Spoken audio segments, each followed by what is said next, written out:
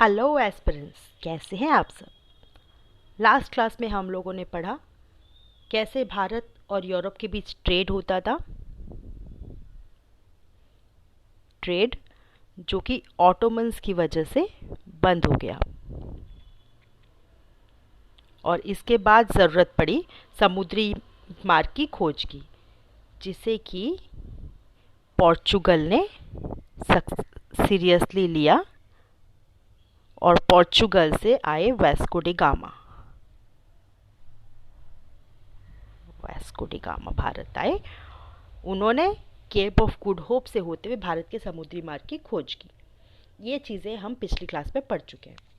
अब आगे हम पढ़ेंगे कैसे वो भारत में स्थापित हुए, उन्होंने अपने सेटलमेंट्स बनाए, उन्होंने अपने ट्रेड को आगे बढ़ाया, कैसे दूसरी जो यूरोपियन पावर्स थी वो भारत में आई, किस तरह से उनके बीच में डिस्प्यूट्स क्रिएट हुए। वो सारी चीज़ें हम आगे की क्लासेस में पढ़ेंगे। आज हम पढ़ेंगे about Portuguese settlements in India. Portuguese settlements in India. तो पोर्चुगीज सेटलमेंट्स की जब हम बात करते हैं तो सबसे पहले हम पोर्चुगल की स्थिति देख लेते हैं कि यूरोप में पोर्चुगल की स्थिति कहाँ है। तो एस्पिरेंट्स देखिए, ये है हमारा पोर्चुगल। ये जो है ये है यूरोप और ये पूरे नीचे वाले हिस्से में ये छोटा सा जो देश है ये है पोर्चुगल। नीचे अफ्रीका है, इस तरफ एशिया और यहाँ है हमारा प्यारा भारत। तो देखा पोर्चुगल है ये। आगे बढ़ते हैं। पोर्चुगल के बारे में पढ़ रहे हैं तो वास्को डी गामा के बारे में तो पढ़ना बनता ही है। उन्होंने ही समुद्री मार्ग की खोज की थी भारत तक और ये है Vasco day gamma. Vasco day gamma ने 1497 में अपनी समुद्री यात्रा आरंभ की और 1498 में वो आके पहुँचे भारत के कालीकट, जो कहाँ है, जो कि है मालाबार कोस्ट। मालाबार कोस्ट ये जो भारत का ये जो निचला हिस्सा है ना, मैप पे ध्यान मत दीजिएगा, मैप मेरा थोड़ा सा ख़राब है, ड्राइंग मेरी बहुत ख़राब है एक्चुअली, थोड़ी नहीं। तो दिस इज़ मालाबार कोस्ट, जो कि केरल कोस्ट है। भारत का जो केरला कोस्ट है उसे कहा जाता है मालाबार कोस्ट। यहाँ वो पहुँचे इन कालीकट और यहाँ उनका स्वागत ज़ोर शोर से किया यहाँ के जो किंग थे जैमोरिन। किंग जैमोरिन ने उन्होंने बहुत ज़ोर शोर से उनका स्वागत किया। और एक चीज़ जो हम लोगों ने लास्ट क्लास में पढ़ी थी, जिसे मैं थोड़ा करेक्ट करना चाहूँगी एस्पिरेंट्स। लास्ट क्लास में हम लोगों ने पढ़ा था अबाउट एन अरेबियन सेलर, जिनका नाम हम लोगों ने पढ़ा था अहमद इब्न मजीद। और हम लोगों ने ये भी पढ़ा था कि वो अरब से थे, लेकिन कई बुक्स में उनका नाम दिया गया है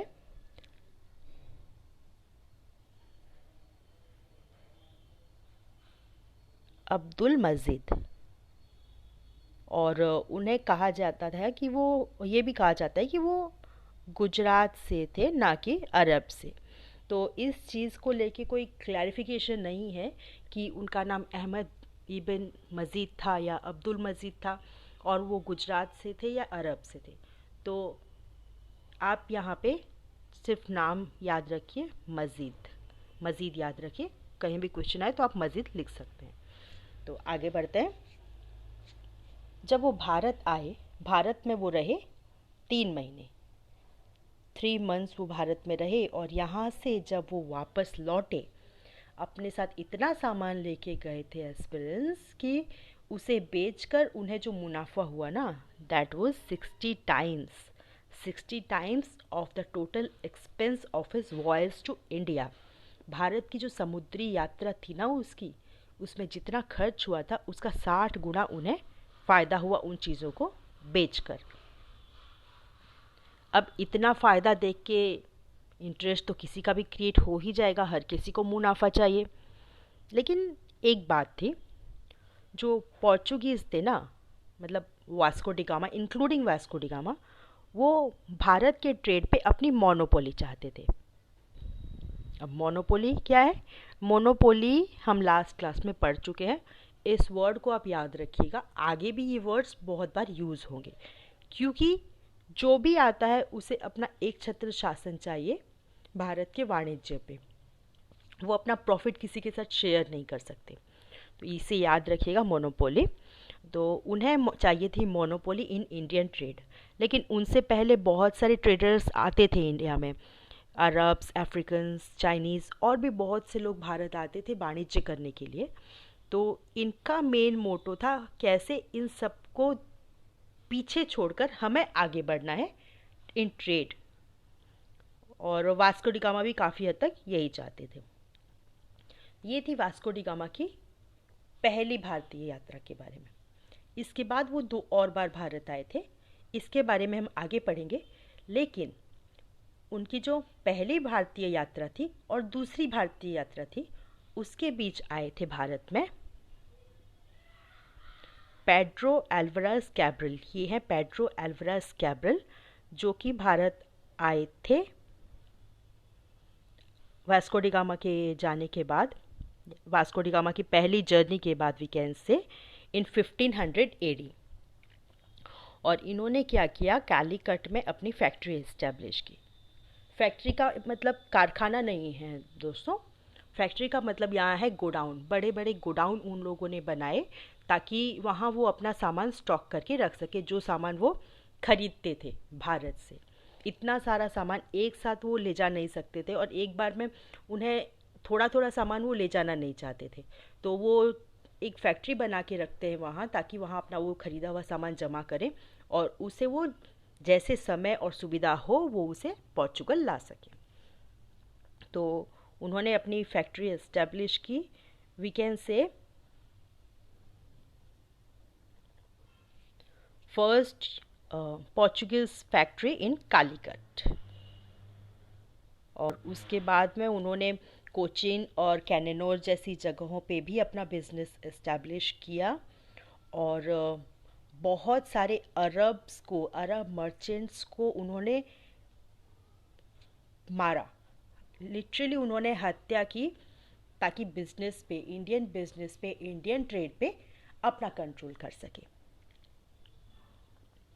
ये मैप है दोस्तों, यहाँ पे हम देख सकते हैं, ये है कोचीन, ये है कालीकट, ये वाला जो एरिया है इसे कहा जाता है मालाबार कोस्ट। तो इन सारे जगहों पे उन्होंने अपना बिजनेस फैला लिया था।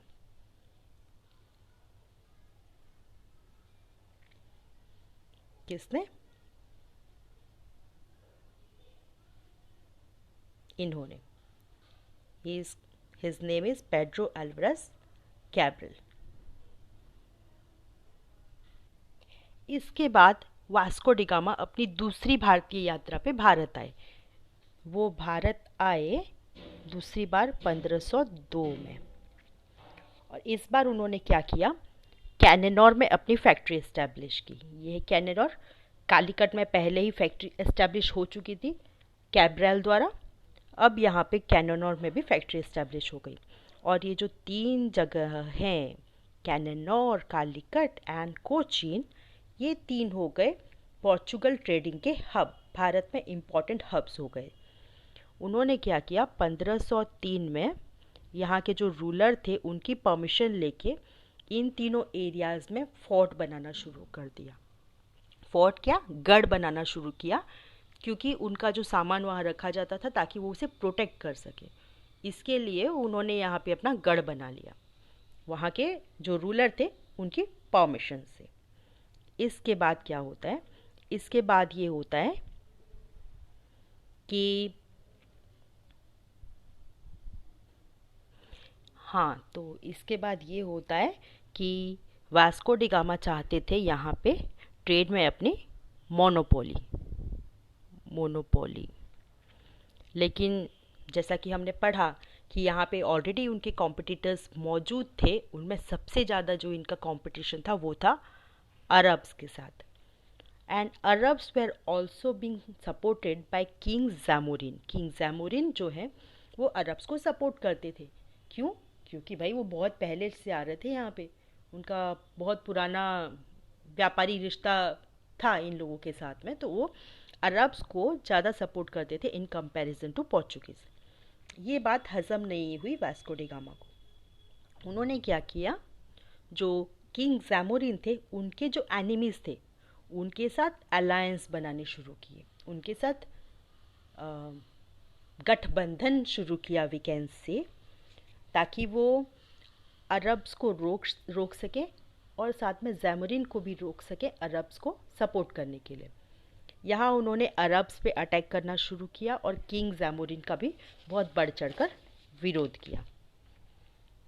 तो ये वही जैमोरिन है जिन्होंने उनका स्वागत किया था ज़ोर शोर से। अब देखो उनकी एक बात ना मानो तो क्या हाल कर रहे हैं वो। Actually we can trust this Europeans, I mean not all, लेकिन उस वक्त तो हम भरोसा नहीं कर सकते थे। आगे हम पढ़ेंगे किस तरह से इन्होंने अपनी मदद करने वालों को ही रास्ते से हटाया। इसके बाद वास्को डी गामा एक और बार भारत आए थे, जो कि उनकी तीसरी और आखिरी भारतीय यात्रा थी इन इन 1524 में। इसके बारे में हम आगे पढ़ेंगे, लेकिन क्योंकि हम क्रोनोलॉजिकली पढ़ रहे हैं तो इट विल बी बेटर कि इस बीच में क्या हुआ, यानी कि उनकी सेकेंड और थर्ड समुद्री यात्रा के बीच में क्या हुआ, उन चीज़ों को हम पढ़ें तो हमें चीज़ों को समझने में आसानी होगी। इसके बाद उनकी जो दूसरी समुद्री यात्रा थी, दूसरी भारतीय यात्रा थी, उसके बाद भारत फ्रांसिस्को डी अल्मेडा, जिन्हें बहुत सारी जगहों पे फ्रांसिस्को डी अल्मेडिया भी कहा जाता था, हम इसे अल्मेडा पढ़ेंगे। इन 1505 में फ्रांसिस्को डी अल्मेडिया आए भारत। कैसे आए? ये आए भारत के पोर्चुगल के governor in Indian Portuguese territory, मतलब भारत की जो टेरिटरी पोर्चुगीज़ के अधीन थी, उस एरिया के गवर्नर के रूप में ये भारत आए 3 साल के। इनका मानना था कि जो भी ना इंडियन ओशन पे राज करेगा वो ही भारतीय ट्रेड पे राज करेगा। क्यों? क्योंकि इंडियन ओशन के थ्रू ही भारत आने का रास्ता संभव हो पाता था। तो इस एरिया पे जो कंट्रोल कर लेगा वो भारत के ट्रेड को सीधा कंट्रोल कर पाएगा। ये मानना था फ्रांसिस्को डी अल्मेडिया और फ्रांसिस्को डी अल्मेडा का।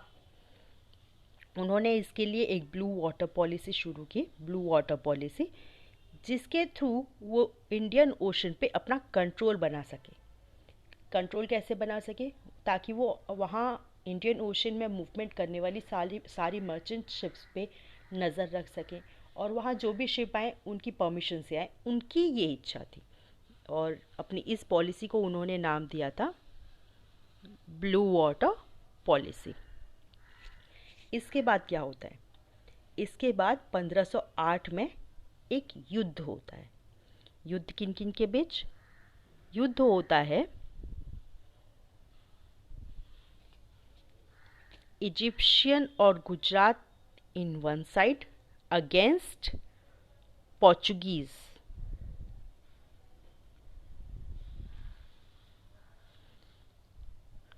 Under Almeida. ये युद्ध हुआ ड्यू में and it was a naval battle. Naval battle मतलब समुद्री युद्ध हुआ इनके बीच में, शिप्स के थ्रू लड़ाई की गई और इसमें जो है पोर्चुगीज़ वो बहुत बुरी तरीके से हार गए। इसके साथ ही अल्मेडा ने अपने बेटे को भी खो दिया इस युद्ध के दौरान। अब इस बात का बदला लेने के लिए उन्होंने अगले साल ये जो इजिप्शियन पावर्स और गुजरात पावर्स थी इसे पूरी तरीके से ख़त्म कर दिया, पूरी तरीके से मिटा दिया इन्होंने। और इसके बाद इनके बाद आते हैं, देख लेते हैं डीयू को एक बार हम देख लेते हैं मैप में।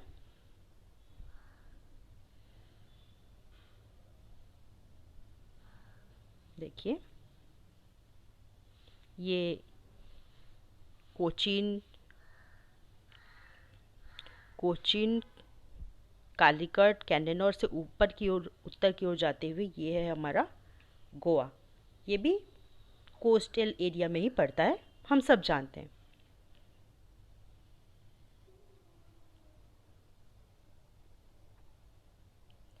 1509 में भारत आए अल्फांसो डी अल्बुकर्क। ये आए एज अ सक्सेसर, यानी कि भारत के गवर्नर बन के पोर्चुगीज गवर्नमेंट की तरफ से। And this is Alfonso de Albuquerque. तो वो भारत आए एज अ गवर्नर इन 1509, और आते ही उन्होंने एक बहुत बड़ा काम किया, दैट इज एबोलिशन ऑफ सती, जो कि हम भारतीयों को बिल्कुल भी अच्छा नहीं लगा। क्यों अच्छा नहीं लगा? बिकॉज हम सब अपने अपने कल्चर और ट्रेडिशन से जुड़े होते हैं। अपने कल्चर को लेके, अपने ट्रेडिशन, अपने कस्टम्स को लेके हम इस तरह ऑब्सेस्ड होते हैं ना कि जो गलत चीज़ें भी होती हैं वो हमें सही लगती हैं। यही चीज़ हुआ इस सती सिस्टम के साथ में। उनकी नज़र में सती सिस्टम गलत था, लेकिन जो उस समय के जो इंडियंस थे, ऑर्थोडॉक्स सोच वाले इंडियंस, उनके लिए सती सिस्टम सही था। तो उनका जो ये प्रयास था abolition Sati system in India, वो भारतीय लोगों को कुछ खास पसंद नहीं आया। आगे उन्होंने और भी कई चीज़ें की इंडिया में, जैसे कि उन्होंने नए नए क्रॉप्स इंडिया में इंट्रोड्यूस किए, जैसे कि टबैको, कैशू नट्स, कोकोनट की एक अच्छी वैरायटी, और हम सबका फेवरेट मैंगो, अल्फांसो मैंगो उन्होंने इंट्रोड्यूस किया इंडिया में। इन सब के अलावा उन्होंने कुछ चीज़ें करी जो कि बहुत बड़ा कदम मानी जाती हैं पोर्चुगीज़ का साम्राज्य विस्तार में। पोर्चुगीज़ के साम्राज्य विस्तार के लिए ये चीज़ें बहुत बड़ी मानी जाती हैं जो उन्होंने कुछ कदम उठाए थे। उनमें से जो सबसे पहला कदम था वो ये था कि बीजापुर,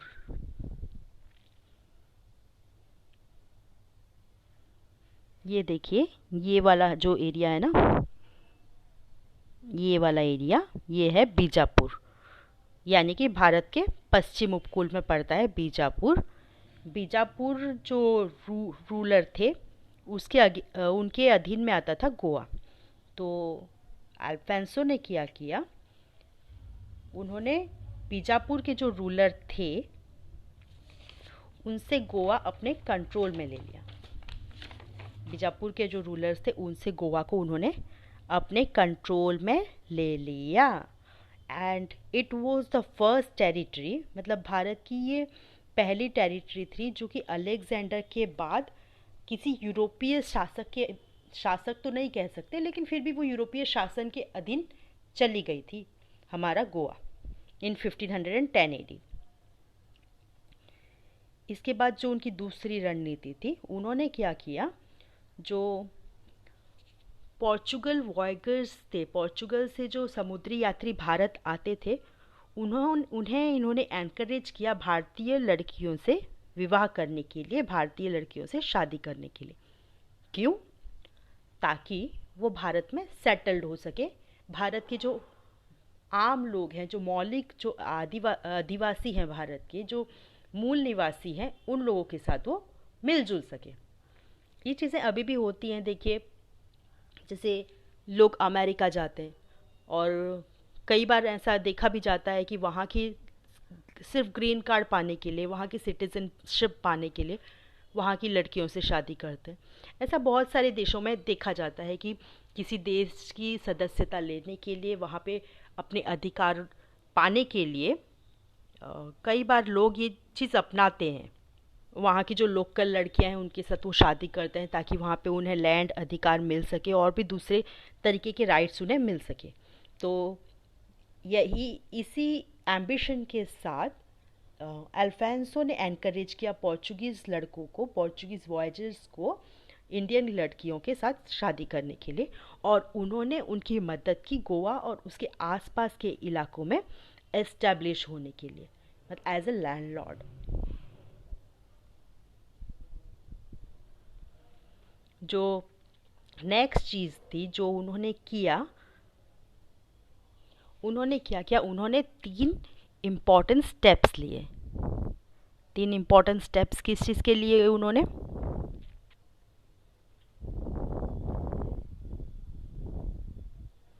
उन्होंने तीन इम्पॉर्टेंट स्टेप्स लिए। जो इंडियन ओशन था, ये जो भारत है और ये वाला जो इंडियन ओशन एरिया है, इस पे अपना कंट्रोल जमाने के लिए उन्होंने तीन मेजर स्टेप्स लिए। फर्स्ट स्टेप जो था, उन्होंने ये किया कि जो suppose this is the coast of India, Indian coast वाला जो एरिया है ये कोस्टल एरिया है। तो ये इस वाले एरिया में जो कोस्टल एरियाज थे जो कि समुद्र के साथ सम्मुखीन होते थे, उन एरियाज पे उन्होंने अपना बेस बनाना शुरू कर दिया। हर जगह पे वो नहीं बना पाए, बट जितना पॉसिबल हुआ उन्होंने अपने बेसिस बना दिए सारे सी एंट्रेंस पे। दूसरी चीज़ उन्होंने क्या की, उन्होंने परमिट सिस्टम शुरू कर दिया। परमिट सिस्टम, परमिट क्या है? परमिट उन शिप्स के लिए था जो इंडियन ओशन में यात्रा करना चाहते थे और वो पोर्चुगल से नहीं थे। पोर्चुगल से बाहर से आने वाले जो भी शिप्स थे, उन्हें इनकी परमिशन लेनी पड़ेगी भारत में पहुंचने के लिए, इंडियन ओशन में समुद्री यात्रा करने के लिए। और जो तीसरी चीज़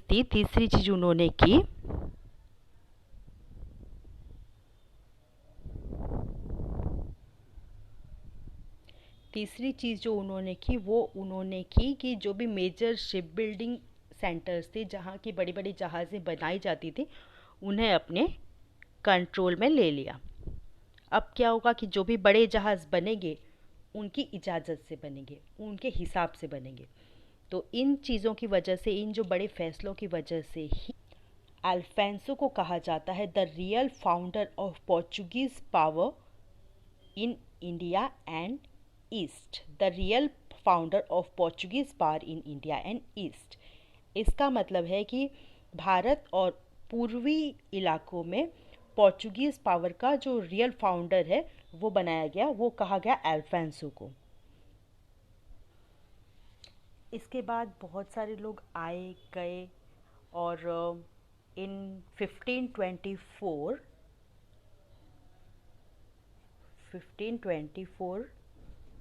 इन सितंबर 1524 फिर से आए वास्को डी गामा।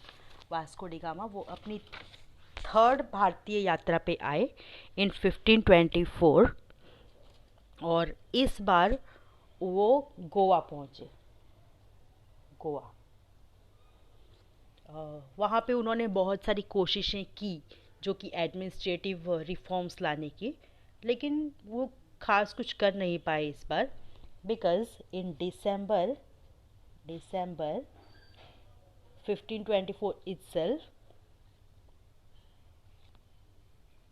दिसंबर 1524 कोचीन में इलनेस की वजह से उनकी डेथ हो गई। तो वो चल बसे 1524 दिसंबर महीने में, और उनकी जो बॉडी थी वो 1538 को वापस पोर्चुगल ले जाई गई। तो इसके बाद फिर कुछ लोग आए, कुछ लोग गए, और जो नेक्स्ट इम्पॉर्टेंट पर्सन थे जो कि as a governor to India आए थे, दैट वाज नीनो दा कुना इन 1529। नीनो दा कुना इन 1529। तो ये देखिए, ये हैं नीनो दा कुना जो कि 1529 में इंडिया आए थे और बहुत कुछ इन्होंने किया अपने गवर्नरशिप के अंदर में, बहुत कुछ इन्होंने किया।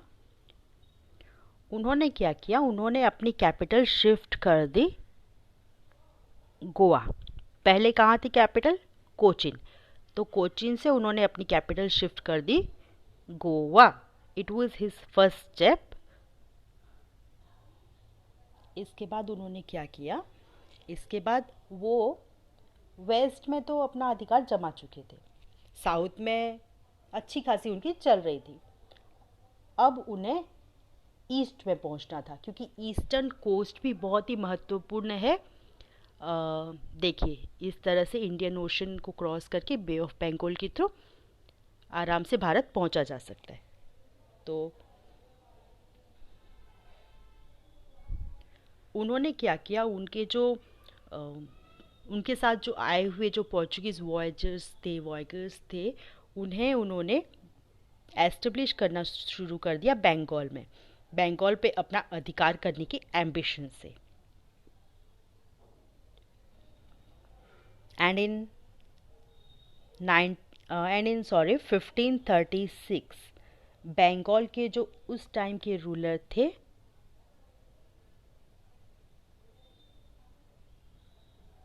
महमूद शाह, उनकी परमिशन से उन्होंने चित्तगोंग और सातगांव पे अपनी फैक्ट्री एस्टेब्लिश कर ली।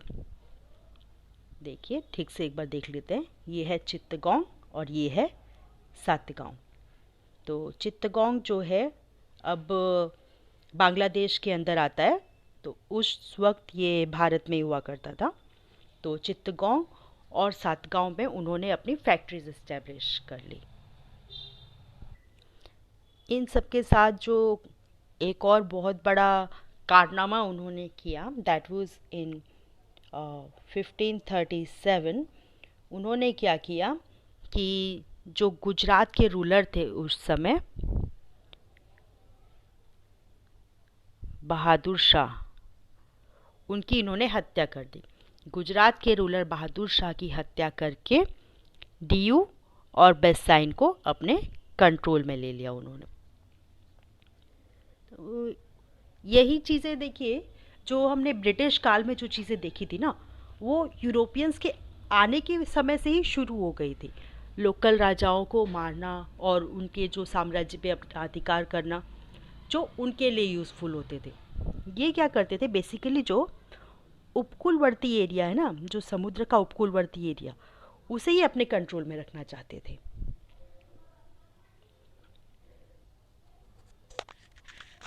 इसीलिए वो यूजुअली इन सब एरियाज पर ही अटैक करते थे, ताकि इन चीज़ों से उन्हें मदद मिल सके आगे अपना सामान लाने और ले जाने में। इसलिए आप देख सकते हैं उन्होंने फैक्ट्रीज भी एस्टेब्लिश की इन एरियाज़ में, उपकूलवर्ती एरियाज़ में, ताकि उन्हें सामान लाने और ले जाने में ज़्यादा खर्चा ना करना पड़े। यहाँ से वो सीधे लोड कर सकते हैं अपनी शिप पे, और यहाँ से वो ले जा सकते हैं वापस अपने देश। नीनो दा कुन्ना ने अपना हेडक्वार्टर ईस्ट में बनाया था, हुगली, ये देखिए, दिस इज़ हुगली, और इसे उन्होंने अपना हेडक्वार्टर बनाया था इन ईस्ट। तो it was all about Nino दा कुन्ना। एक्चुअली हम लोगों ने अभी पढ़ा, जो भी इम्पॉर्टेंट पर्सन्स थे, जो कि इम्पॉर्टेंट पोर्चुगीज़ थे, जो कि भारत आए थे, उनके बारे में हम लोगों ने एक डिटेल एनालिसिस अभी किया। आगे वाली क्लास में, नेक्स्ट क्लास में हम पढ़ेंगे कि पोर्चुगीज़ एडमिनिस्ट्रेटिव और रिलीजियस किसकी पॉलिसी किस तरह की थी भारत में, किस तरह से उनका पतन हुआ, और उनके जो साम्राज्य का भारत में क्या प्रभाव पड़ा। ये सब हम आने वाली क्लास में पढ़ेंगे। इसके साथ ही आगे और भी आने वाले लोग हैं, ब्रिटिशर्स, फ्रेंच, डच, उनके बारे में भी हम डिटेल्स में पढ़ेंगे आने वाली क्लासेस में। आज का लेक्चर यहीं तक।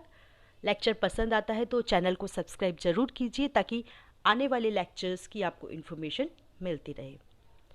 इसके बाद एक मुझे इम्पॉर्टेंट इन्फॉर्मेशन देनी है आप लोगों को। I want to share an important information with you. आप चाहें तो स्किप कर सकते हैं इसे, अगर आप सुनेंगे तो शायद थोड़ा फ़ायदा हो जाए। तो दोस्तों, यहाँ हम सारे जीएस के चैप्टर्स कवर कर रहे हैं। धीरे धीरे करके we will cover all the GS chapters, all the GS subjects in this channel, okay. लेकिन कॉम्पिटिटिव एग्ज़ाम्स के लिए जीएस के साथ एक और सब्जेक्ट बहुत ही ज़्यादा इम्पॉर्टेंट होता है, एंड दैट इज़ इंग्लिश। तो इंग्लिश बहुत इम्पॉर्टेंट है एस्पिरेंट्स, एंड किसी भी लैंग्वेज की तरह इंग्लिश के लिए भी दो इम्पॉर्टेंट पार्ट्स हैं, जो कि है ग्रामर और दूसरा है वोकेबुलरी। ओके, तो हम आगे चल के इंग्लिश ग्रामर की क्लासेस भी करेंगे, लेकिन फ़िलहाल के लिए हम लोगों ने वोकैब्स के लिए कुछ किया है। वोकेबुलरी हमारी, आपकी, हम सब की वोकेबुलरी स्ट्रॉन्ग करने के लिए हम लोगों ने एक स्टेप लिया है, and that is named as vocab shorts. Vocab shorts नाम से हम कुछ शॉर्ट वीडियोस अपलोड करते हैं हमारे चैनल पे, जिसमें कि हम हर दिन दो इंग्लिश के नए शब्द इस्तेमाल करते हैं, उनका अर्थ और उनको उनके सेंटेंस के साथ हम उन्हें रिप्रेजेंट करते हैं। तो हर दिन के दो शब्द के हिसाब से एक महीने का होता है 60, और एक साल का 720, अगर हर रोज़ अपलोड करें तो। कभी एक आध दिन मिस हो भी गया तो अराउंड 700 वर्ड्स हम साल में सीख सकते हैं। दैट मीन्स अपनी इंग्लिश वोकेबुलरी में, अपनी इंग्लिश डिक्शनरी में हम एक साल में 700 नए शब्द जोड़ सकते हैं, सिर्फ 60 सेकेंड्स ऑफ अ डे दे के। शॉर्ट वीडियोस बहुत ही छोटे होते हैं, अराउंड 50 to 60 सेकेंड्स के होते हैं, लगभग 1 मिनट के।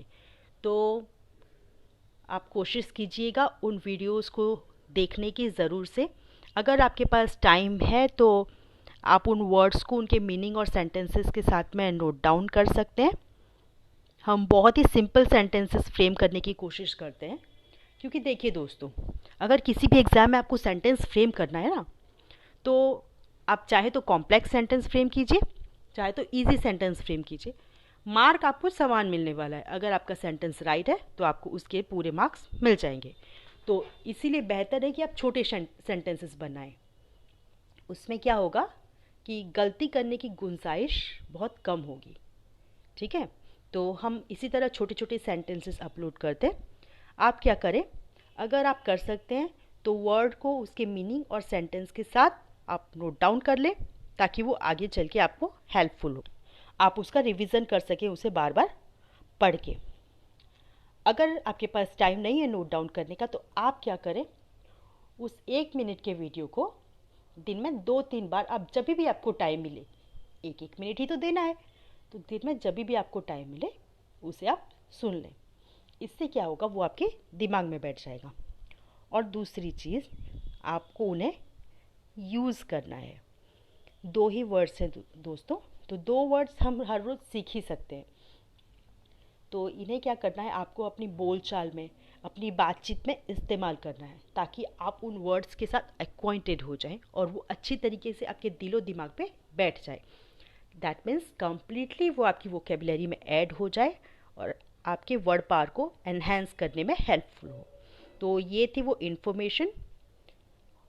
होपफुली आपको पसंद आई होगी। आप देखिए जाकर एक बार शॉर्ट वीडियोस, अगर आपको पसंद आती है तो आप उसे कंटिन्यू कीजिए।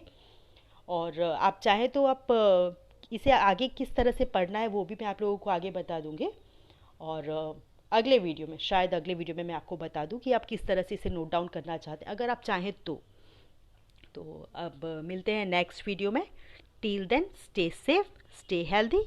वंदे मातरम।